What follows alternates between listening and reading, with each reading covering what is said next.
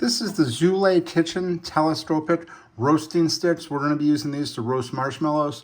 This is a really great item right here. It opens up to 36 inches, so it's very large here. You can see it's kind of like an old school car antenna. It just works really nice right here. And the reason why I chose the Zulay brand is because I have a lot of their other kitchen products.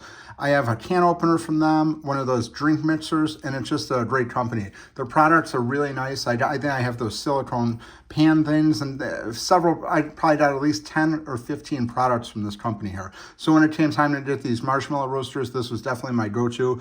Always have really great reviews online, just a really great company. So anyways, you get 12 of them here.